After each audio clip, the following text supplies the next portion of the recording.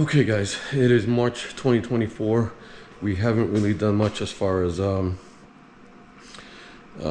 Evo is concerned. The last time I think you guys saw that's related to an Evo post is just getting the roof painted black, because it was just as bad as the hood. And the reason why I did not get the hood done is because of the fact that I just don't have the money for it. Just wanted to just get the roof done first, because I'm not quite sure whether or not I'm gonna go either white or maybe another color, but most likely I'm just gonna stick it with white. I'm not quite sure if I'm gonna go carbon fiber on the hood though. Not quite sure yet.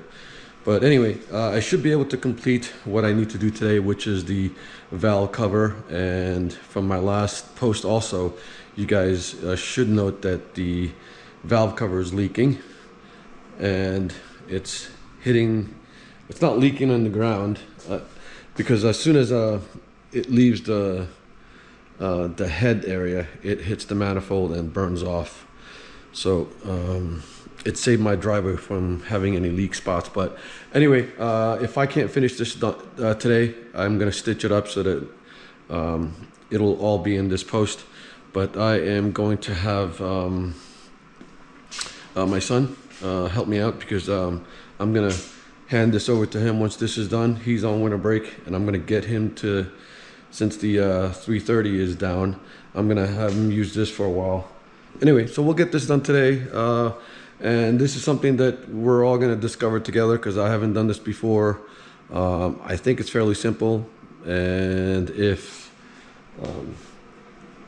I can't get it done, I'll do a little bit of research. I see if I can maybe download the shop manual. The only thing I do need definitely are the torque values for the valve cover. But other than that, should be fairly simple.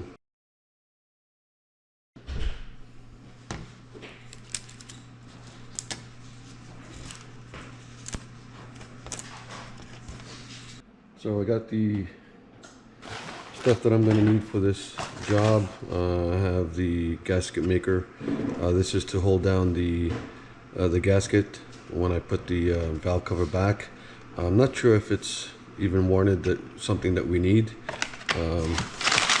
but it's going to be difficult with the gasket kind of flopping around for me to be able to put back on the head. But this is the gasket.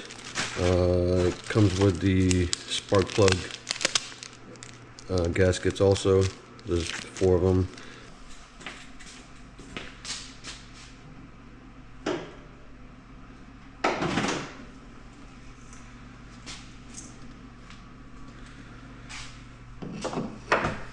Okay, I don't know if there's enough lighting. There should be. Actually, you know what? That's better. Okay, so I think there's 13 bolts. Well, I think it's yeah. I think you have to like remove this thing, these two. Okay. And then you move this out of the way, and like this stuff. So there's a bunch of connectors too.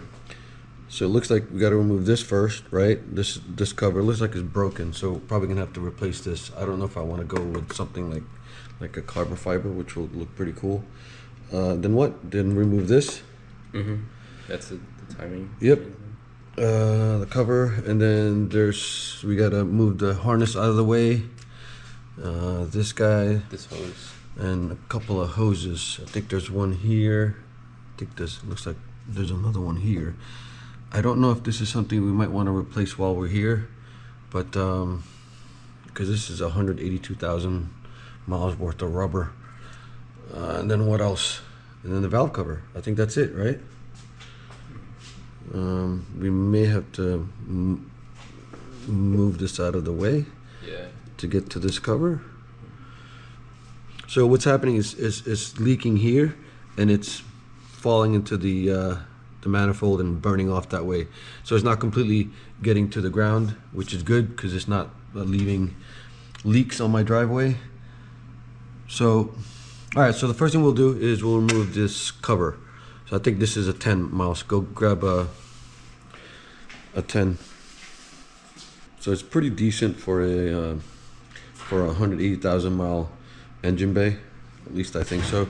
There are some surface rust that eventually I'm gonna want this thing to be powder coated. I think it would have been a good idea to just maybe while we have this thing off to get it also powder coated, but for now I will wait. I think that's something that I can just hold off, and I think I'm gonna go with white. If I'm gonna keep the car white, I'm gonna go with a white valve cover also.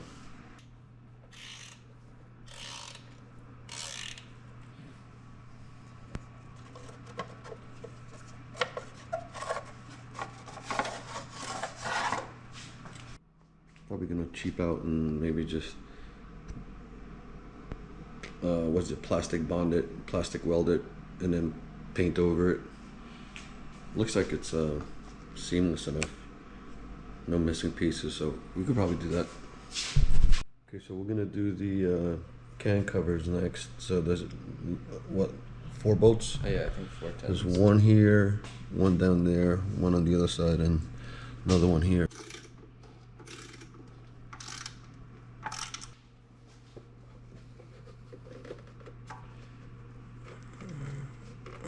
I'm gonna break it.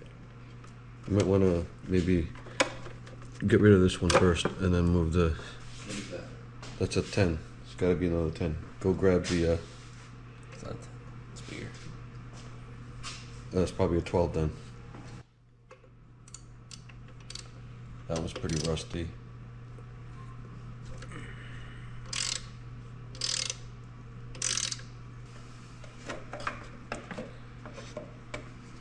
Okay, maybe we'll clean that. And the belt looks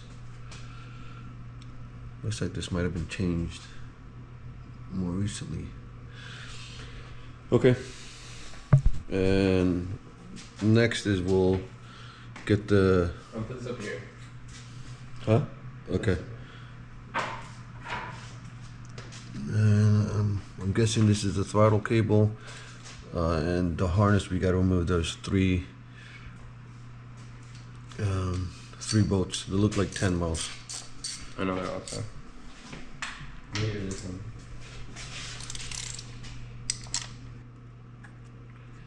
So removing that bolt to get the cable out of the way, and then we're going to remove this connector and the connectors for the coils. 1 and then 2. So one thing we forgot to do before handling anything electrical, we're going to disconnect the battery.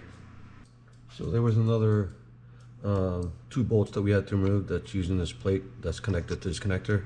Only problem is this was already broken, so when I tried to remove it, it pretty much broke off. So it looks like I can still insert it in there without any issues. So and then there's another connector over here that you pull out so that you can clear this. So we're just gonna set this aside and we'll work on the coils. And then we may have to go to the parts store to get new plugs. Might as well since we're here. So we'll get 4 new plugs. It's a stock car. I'm not sure if I'm gonna go step colder, but probably we're just gonna go with just a stock heat. Okay, so the coils have 3 bolts, 10mm each. There's another 3 on this side, and pull the boots and should be good. So we got the coil packs out, and the next thing we need to do is the valve cover itself, right? Oh, the hoses. Yep, that's right. Okay, so we got the hoses out. Got the first 3 bolts out. The problem was I could have probably removed it with my fingers. I don't think this was torque right. I did notice that some of the bolts had washers in it, so I'm not sure if it's just not threading right and that's why it's loose. Hopefully not. And so what we have here is what, 2, 4 in the middle. There's 3 here on the front and 3 on the back. So There's 2 over here as well. and there's 2 here. Okay, so I'm just kind of worried that it's leaking because it's just loose. Either way, we're gonna try to torque it down as best as we could. Hopefully it's not because of a thread issue. I seem to have a recurring issue with threads and bolts, and hopefully it's not passed on down to this Evo. But anyway, all right, we'll continue to remove the bolts and get the valve cover off. So there's a bolt here that this hard line is in the way. So to get to it and move this out of the way, I took this off and that off. And to be able to get to this plastic clip that connects to this harness, it's this piece right here. You just gotta pull this tab towards you and then lift it up, and you should be able to get that out of the way so that you can move this guy and get the clearance you need to get to that bolt down there. You guys might be wondering why I have the cherry picker in front of the car. No, I'm not removing the motor. We can't remove it by hand even after using a rubber mallet to try and loosen it. I'm kind of hoping the previous owner did not put silicone on here because it's pretty tight, and we just couldn't remove it by hand. So I'm going to use a cherry picker to pretty much pull it off the head. So hopefully this works. So we got the valve cover off. The only problem was we missed a bolt, and it did that.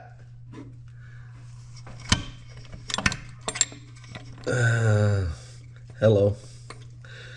So hopefully it's a clean break and nothing got into the motor. But let me just show you the bolt that we missed. It's that guy right there. So there was so much gunk in here. Yeah, I figured it was in symmetry. You got 1, 2, 3, 4, and that would have been it. Didn't realize that this bolt that we removed here wasn't part of that symmetry, and I don't know. And it was back here, and I was facing it, and I couldn't see it from this ridge. And I don't know. I should have checked further. I should have figured that it shouldn't be difficult to remove the valve cover. In essence, you don't really need this cherry picker unless you want to destroy a valve cover. So it's I can't believe I made a $500 mistake. So I can't stop laughing, but here's a better angle of the damage, or I should say carnage. And that. So this is a better angle of the carnage. It was a clean break. Talked to Elliot, who did pretty much the welding for my Subaru, see if he can get this thing done. But from what he's telling me, that this is magnesium and not aluminum, so he's not going to be able to do it for me. So it looks like I'm on the market for either a used valve cover or just go buy a new one. But definitely I'm going to get it powder coated. Just need to figure out what color. Might as well get the strut tower bar done at the same time. So this is going to sit here for a while. I'm not quite sure if I'm going to be able to coin the all the extra expense, but it's got to get done for me to be able to get this back on the road. So, and the other thing too, I was a bit surprised on how thin this thing is.